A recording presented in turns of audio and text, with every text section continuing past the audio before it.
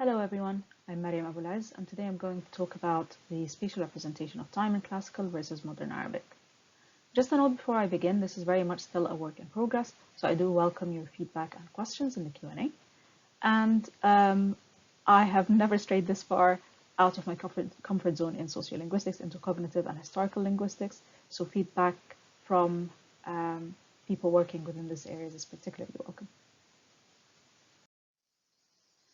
So here's what I'm going to aim to do.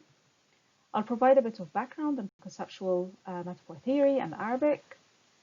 I'll present my hypothesis, attempt to prove it, test it, and then I'll talk about some implications of the hypothesis.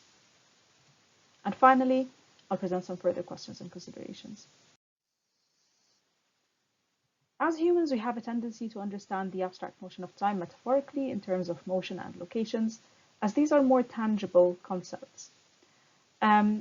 This is why we have a tendency to represent time using spatial metaphors. In Arabic, Hamdi demonstrates that the structural conceptual metaphors of time in Modern Standard Arabic align closely with metaphors found in English.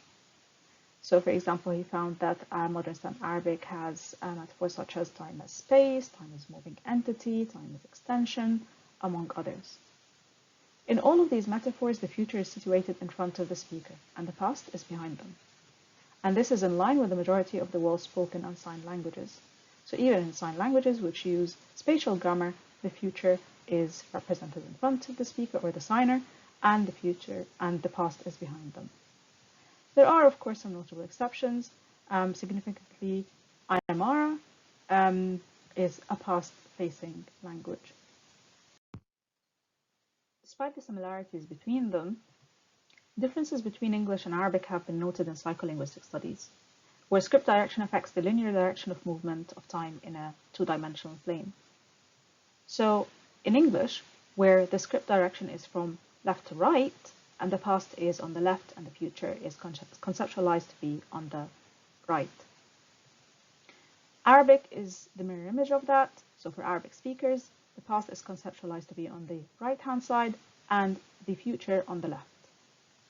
Nevertheless, the trajectory is the same. The future is still ahead of the speaker. Today, I'm going to argue that for Arabic, this has not always been the case. So here is my hypothesis. We already know that in Modern Standard Arabic, the future is conceptually in front of the speaker. However, there are several roots in modern Arabic which derive words which simultaneously have temporal and spatial meanings which semantically put the future behind the speaker. So let's look at some of these roots. The root qabala, for example, gives us the word qubul, which is the front, someone's front, as well as qabl, which is before temporally. And then the root akhara gives us the word akhir wa akhira, last, and it also gives us the word muakhira, which means someone's backside. Hence, there must have been a time when the future was conceptualized behind the speaker. Okay, now here is where I try to prove my hypothesis. So to start with, as a starting point, I look at temporal spatial roots in the Quran. So in addition to the 4 roots that I have identified, there's 4 more which also share temporal and spatial meanings and come up in the Quranic text. These are wariya, from which we have wara, dubur, qafu, qafa, and wajh. This is how frequently the 8 roots occur in the Quranic text. Now you'll notice straight away that qabala and akhara account for the majority of occurrences. And that's because high frequency words such as qabl, before, and akhar, ukhra, ukhur, for other and others, derive from these roots. Now, if we look more closely at words derived from the root qabala, we will notice that variations of qabli, qablu, qabla account for more than 3/4 of them. Now, not all of these are temporal or spatial. some words are neither temporal or spatial, such as تقبل and قبائل, for instance.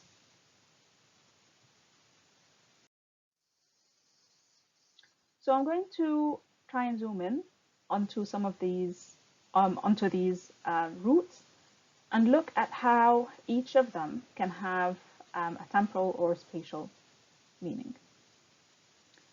So من قبلك ومن قبلهم ومن قبل are actually the most common occurrences of this temporal representation of time. It's before, but also literally in front of you, right? So those who have passed in front of you.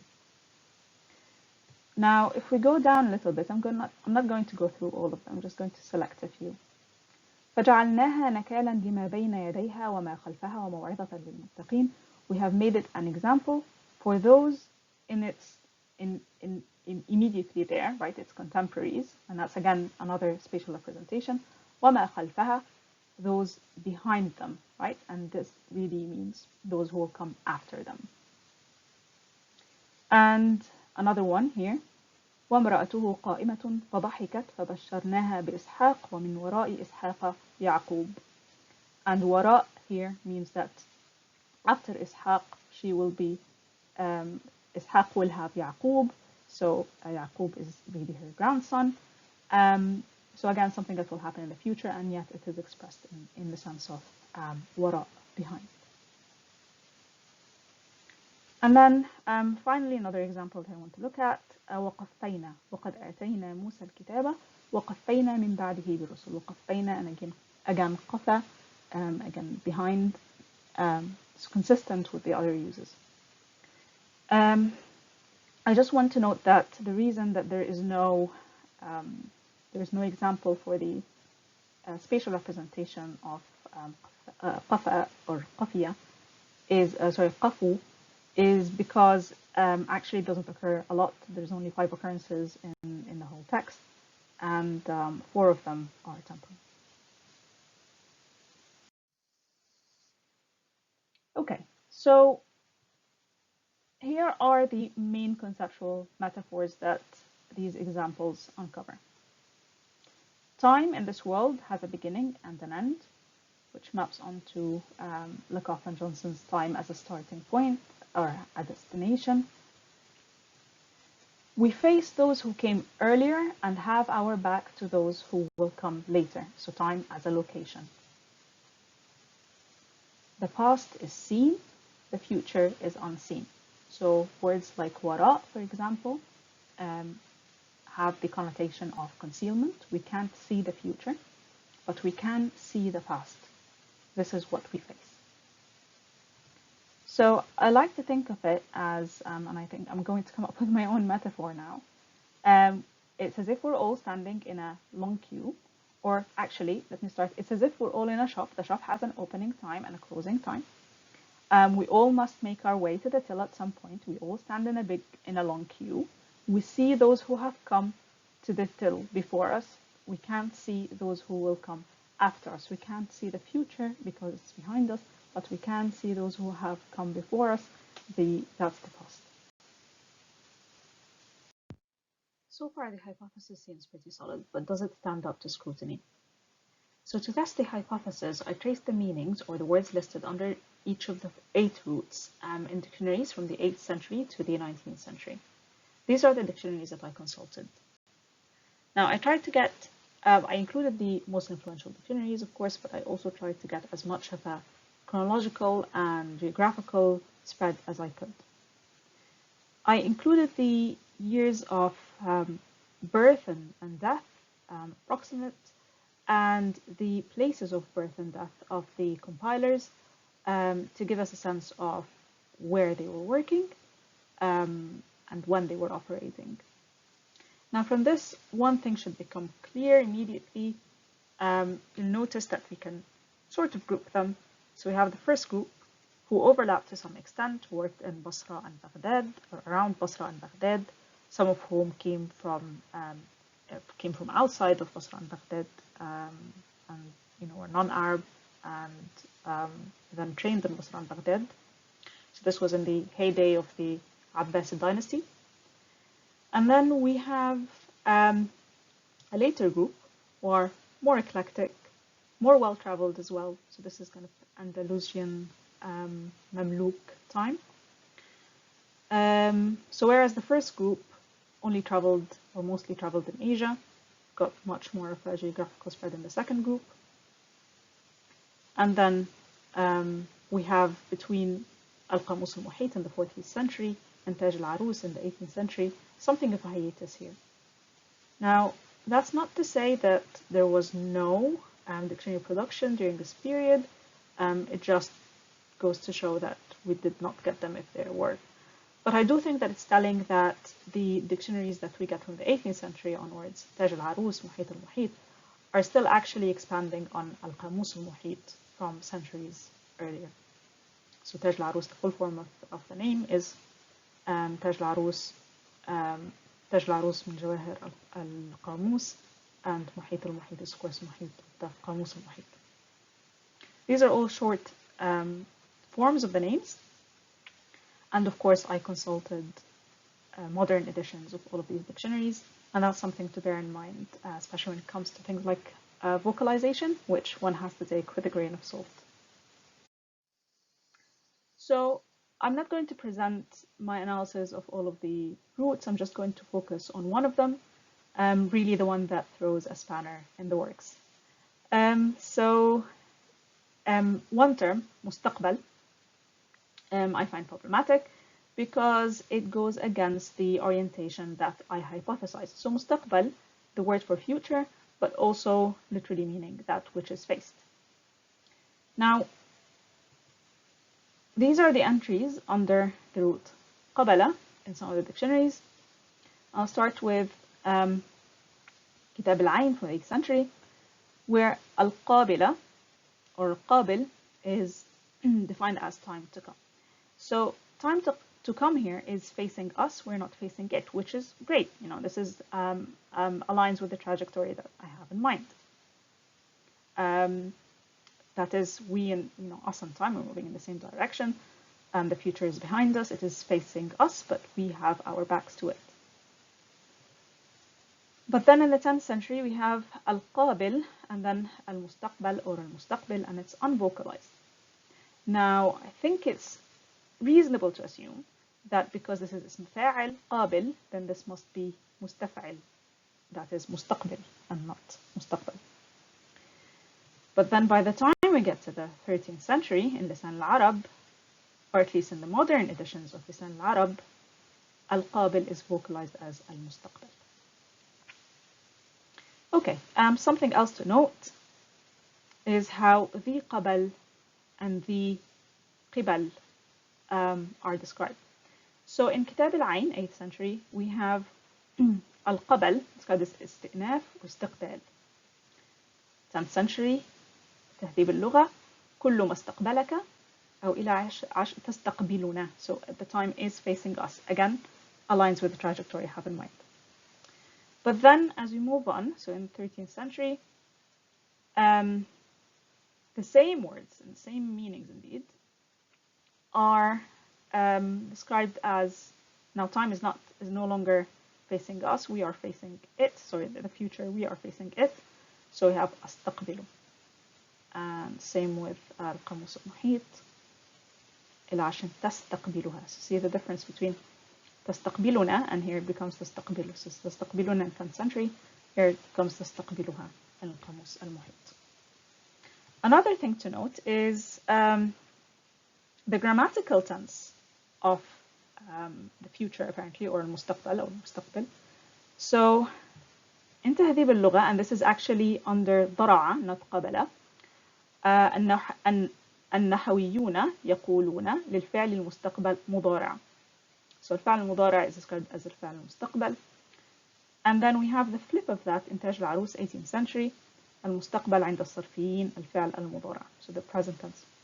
Now it's quite interesting that in تهذيب اللغة المضارع is explained in terms, المضارع is explained in terms of the مستقبل, and then it's vice versa in تاج العروس. And I think it gives us an idea of which is becoming less common. And then, of course, finally, we have, this is 19th century محيط المحيط, so safely in Nahda territory. الاستقبال مصدر وفي العرف اسم للزمانيات. So we have unambiguously reference to the future. والمستقبل اسم المفعول ومن الزمان الآتي بعد الحال ويقال له المستقبل أيضا بصيغة اسم الفاعل وهو الأشهر في الاستعمال. So we can learn from this that both المستقبل and المستقبل are actually being used at the same time, although Al-Bustani tells us that al-mustaqbil is more common. So let's try and zoom in on the concept of istiqbal as a grammatical tense. There is disparity in how the Kufan and the Basran schools dealt with grammatical tense. So for the Kufan school, they introduced three temporal categories: the past, the madi, the immediate or constant, the hal or the da'im, and istiqbal. The Basrans introduced three categories, but they're non-temporal. The past, again, madi. And then we have the comparable or mudara, that is comparable to al-asma al-mu'araba. And then we have the imperative, the amr. Al-Zajjaj, who lived in Baghdad, is one of the earliest grammarians who used istiqbal to denote the present tense. And this is the sense in which Ibn Durayd and Al-Azhari, the compilers of two of the dictionaries in the first group, use the tense in their dictionaries. So al-mustaqbal or al-mustaqbil is used to qualify how certain verbs are used in their dictionaries. Other grammarians use it to denote the imperative as well, so fa'al al-amr. Indeed, Ibn Malik notes that it is only the amr which is usually mustaqbil or mustaqbal. So he says, wal-amru mustaqbilun or mustaqbalun daima. And aligning with the Kufan school, Al-Zabidi divides verbs into three temporal categories. Verbs verbs in the past, which have passed and ceased. Verbs in the future, which are awaited and have not yet occurred. And verbs which are continuous, which have not yet passed nor ceased. Now, what's interesting here is the concept of the awaited verbs. That is the future verbs. Now here, mustaqbal is unambiguously a reference to the future.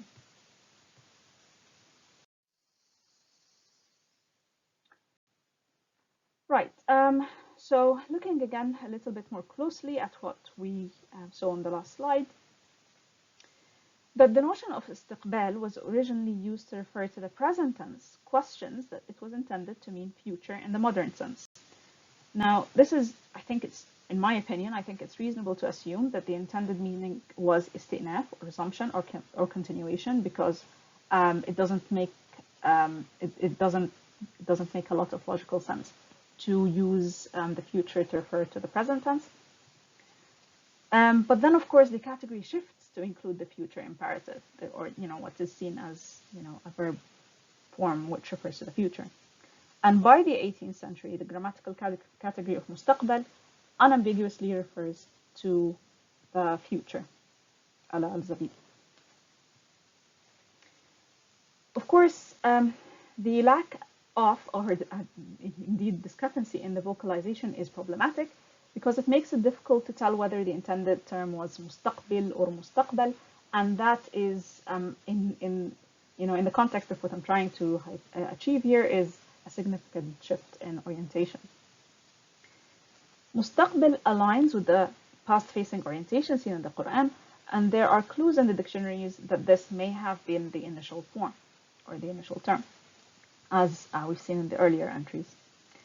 Al-Bustani, Subutros al-Bustani, in his dictionary in the 19th century, notes that both terms were in circulation then, but the mustaqbil was more common.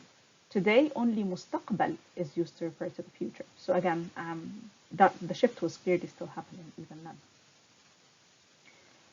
So the evolution of istiqbal as a grammatical tense then may hold the key to understanding the conceptual shift in the spatial representation of time in Arabic, while the blurring of the vocalizations may have inadvertently contributed to this shift. So I'm going to look at one of the implications of the hypothesis, and that is translating the Quranic text. So the spatial representation of time in the translation has to be adjusted in the target language, regardless of what language that is, and depending on how how time is represented spatially in the target language. So as an example, I'm going to look at verse 27 of Surah Al-Insan. إن هؤلاء يحبون العاجلة ويذرون وراءهم يوما ثقيلا. So I'm going to gloss this quickly. إن, verily or indeed, هؤلاء, these or هؤلاء, these or those, يحبون, they love, العاجلة, the fleeting immediate, ويذرون, they leave, وراء, and this is the contentious word, هم, them, يوما, a day, ثقيلا, heavy. Now let's see how 11 of the most influential English translations that are widely available online have dealt with this contention. Now, I'm not going to go through them one by one, but hopefully you can see at a glance. I've highlighted the literal translation behind in red, and you can see that most of the translators have gone for a literal translation. Now, this is problematic because what it does is it puts يوم ثقيل, and the heavy day, which is unambiguously in the tafsirs, is the day of judgment, which hasn't occurred yet. It's supposed to occur in the future, but it puts them behind them in English. Now, of course, it doesn't make much sense, and that's why many of them have added the remembrance of or all thought of. So that makes a little bit more sense. 3 of them have successfully switched the conceptual metaphor. And one of them, Abdul Halim, actually employs a strategy where he completely doesn't use in front or behind. So we've scrutinized the hypothesis, we've looked at its implications, and it seems to have held up so far. But there are some important considerations and further questions that it raises. One of them is the fact that the dictionaries that I consulted are prescriptive in nature. There's a clue in the names, Tahdhib al-Lugha and Sahah. They don't necessarily provide an accurate picture of language evolution. The shift in conceptual perspective may have started happening before the dictionaries suggest, and that is important to bear in mind. And what of the native languages of the grammarians? So we know that many of them were not originally Arabic speakers, and even though they reached a very high level of competence in Arabic, given the fact that conceptual metaphors, or the spatial representation of time, can be deeply entrenched in a language culture, is it possible that they may have been influenced by spatial representation in their native languages when they introduced their grammatical categories? And what of colloquial varieties of Arabic? Do any of them preserve a past-facing orientation? I can think of one example, perhaps a vestige of this orientation. ورايا يوم طويل, or I have a long day behind me, actually means I have a long day ahead of me, and it can be found in several colloquial varieties of Arabic. Now, is it possible that these colloquial varieties have been influenced by indigenous, is it possible that the orientation has been influenced by indigenous substrate languages and in turn influenced the shift in standard Arabic? Now, these are all questions that interest me and that I will be contending with going forward. Thank you very much for listening. I look forward to your questions and feedback.